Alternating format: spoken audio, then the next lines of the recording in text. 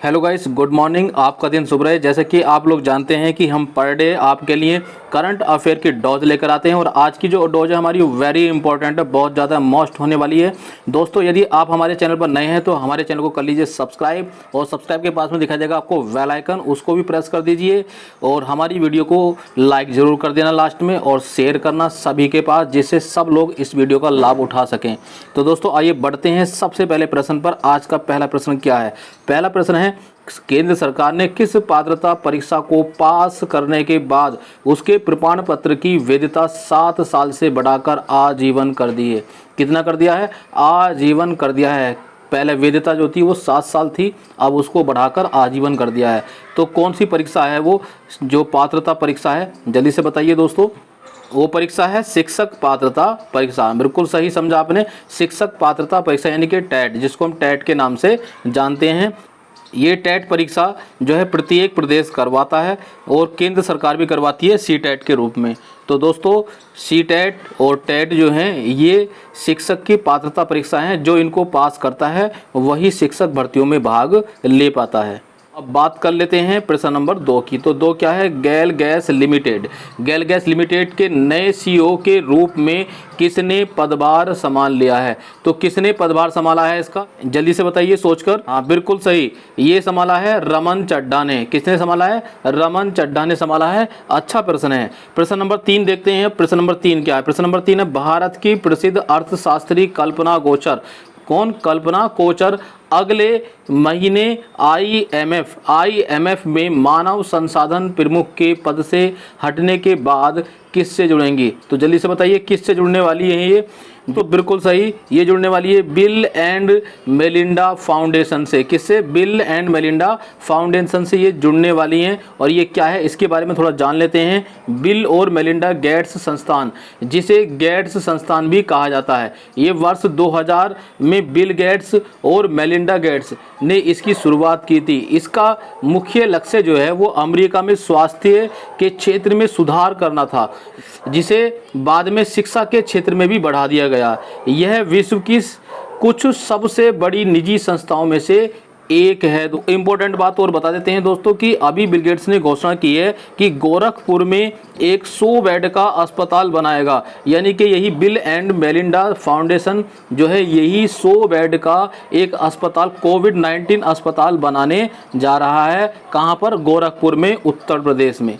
अब बात करते हैं प्रश्न नंबर 4 की। तो प्रश्न नंबर 4 क्या? फोर्ब्स की ओर से जारी ताज़ा रैंकिंग में सर्वाधिक कमाई करने वाले 100 खिलाड़ियों की सूची में किस एकमात्र भारतीय खिलाड़ी को 197 करोड़ रुपए कमाई के साथ 59वां स्थान यानी कि 59वां नंबर प्राप्त हुआ है? तो जल्दी से बताइए कौन सा ऐसा खिलाड़ी है जिसको, एकमात्र खिलाड़ी है भारत का जिसको 59वां स्थान प्राप्त हुआ है। कितनी कमाई के साथ? 197 करोड़ कमाई के साथ। ये है उत्तर विराट कोहली। कौन है? विराट कोहली एकमात्र ऐसे खिलाड़ी हैं जिनको 59वां स्थान उसमें प्राप्त हुआ है।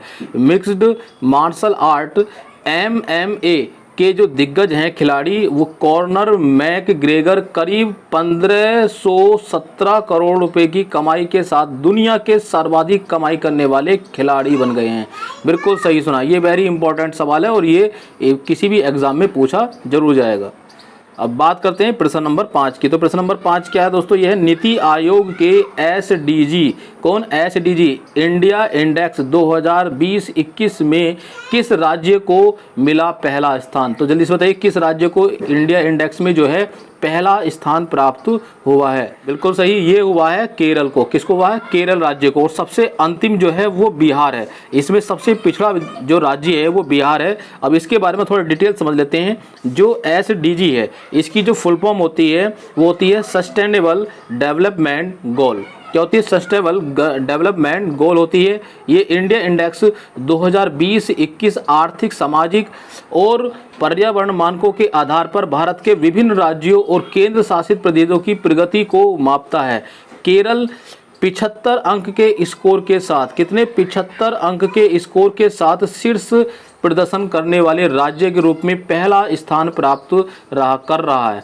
जबकि बिहार नीति आयोग के एसडीजी इंडेक्स इंडिया इंडेक्स 2020-21 में 52 अंक के स्कोर के साथ सबसे खराब प्रदर्शन करने वाला राज्य रहा है।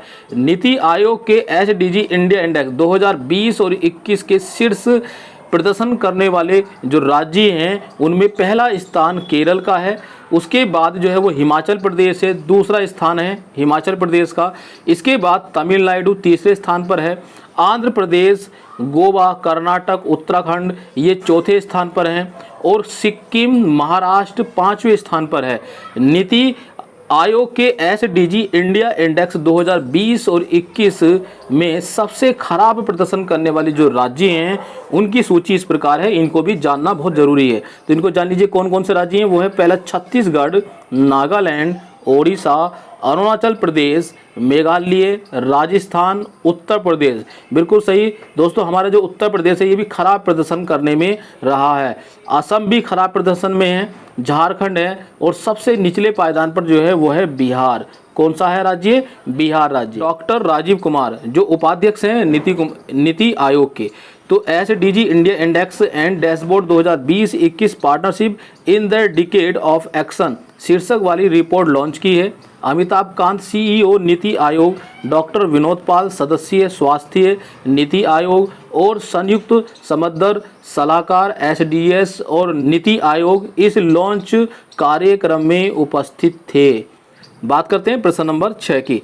बहुत इंपॉर्टेंट प्रश्न है यह, विश्व पर्यावरण दिवस कब मनाया जाता है? तो विश्व पर्यावरण दिवस जो है वो कब मनाया जाता है, जैसे कि आप इस चित्र में भी देख रहे हैं। हाँ, इसका उत्तर क्या है? 5 जून। बिल्कुल सही सुना। तो अब बात कर लेते हैं इसके कुछ नोट पॉइंट की। तो विश्व पर्यावरण दिवस पर्यावरण की सुरक्षा और संरक्षण हेतु पूरे विश्व में मनाया जाता है। इस दिवस को मनाने की जो घोषणा है वो संयुक्त राष्ट्र ने पर्यावरण के प्रति वैश्विक स्तर पर राजनीतिक और सामाजिक जागृति लाने के लिए यानी कि लाने हेतु वर्ष 1972 में की थी। तो ये याद रखना है आपको। लेकिन इस सन में जो है पर्यावरण दिवस नहीं मनाया गया था। ठीक है, इसे 5 जून से लेके 16 जून तक, कब? 5 जून से लेके 16 जून तक संयुक्त राष्ट्र महासभा द्वारा आयोजित विश्व पर्यावरण सम्मेलन में चर्चा की गई थी। तो उस चर्चा के बाद में इसको शुरू किया गया था। कब? 5 जून 1974 ईस्वी को। तो 5 जून 1974 ईस्वी को पहला विश्व पर्यावरण दिवस मनाया गया था।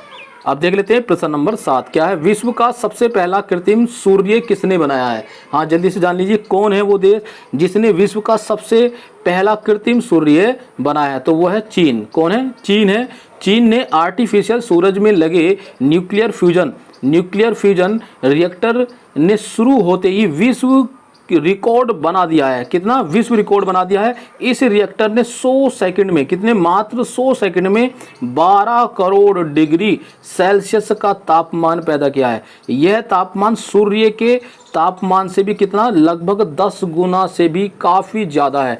बिल्कुल सही सुना कि ये सूर्य के तापमान से भी लगभग 10 गुना से ज़्यादा तापमान है, क्योंकि सूर्य का जो तापमान है वो लगभग 1 कुछ करोड़ है। तो 1 कुछ करोड़ डिग्री सेल्सियस का तापमान सूर्य का, तो इसका कितना है? 12 करोड़ डिग्री सेल्सियस।